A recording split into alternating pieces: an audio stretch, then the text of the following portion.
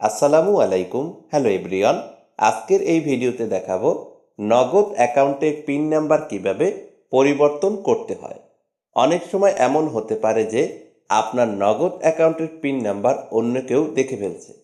তখন নিরাপত্তার জন্য দ্রুত পিন নাম্বার পরিবর্তন করা খুবই জরুরি। তাই আজকের এই ভিডিওতে দেখাবো নগদ অ্যাকাউন্টের পিন নাম্বার কিভাবে পরিবর্তন করবেন। তো প্রথমে ফোনের ডায়ালার অ্যাপ্লিকেশনটি ওপেন করব। এরপর এখানে ডায়াল করব *167#। এরপর যেই সিমে আপনার নগদ অ্যাকাউন্টটি সেই সিমটি এখান থেকে সিলেক্ট করবেন। অন সিম হলে অন সিম, টু সিম হলে টু সিম। তো আমার যেহেতু টু সিমে নগদ অ্যাকাউন্ট সেহেতু আমি টু সিম সিলেক্ট করব।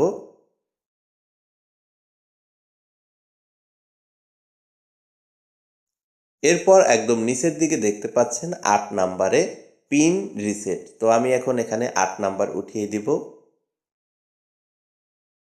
ওকে, এরপর সেন্ড অপশনটিতে ক্লিক করব।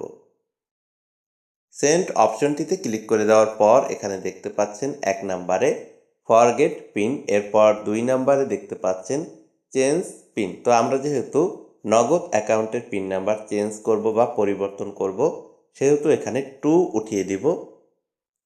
এরপর সেন্ড অপশনটিতে ক্লিক করব।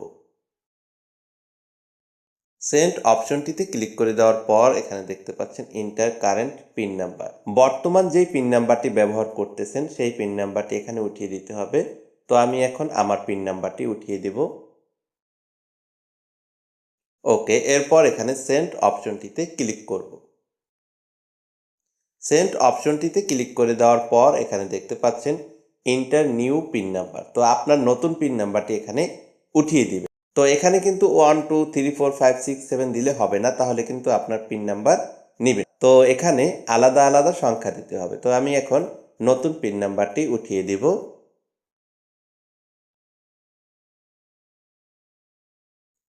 ওকে, এরপর এখানে দেখতে পাচ্ছেন সেন্ড অপশন, এখানে ক্লিক করব। সেন্ড অপশনটিতে ক্লিক করে দেওয়ার পর এখানে দেখতে পাচ্ছেন কনফার্ম নিউ পিন। এখানে আবারও এইমাত্র যে পিন নাম্বারটি দিয়েছি সেই পিন নাম্বারটি উঠিয়ে দেব।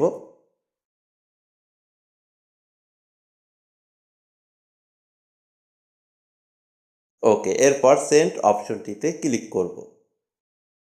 সেন্ড অপশনটিতে ক্লিক করে দেওয়ার পর এখানে দেখতে পাচ্ছেন পিন নাম্বার চেঞ্জ, অর্থাৎ আপনার নগদ অ্যাকাউন্টের পিন নাম্বারটি কিন্তু চেঞ্জ হয়ে গেল।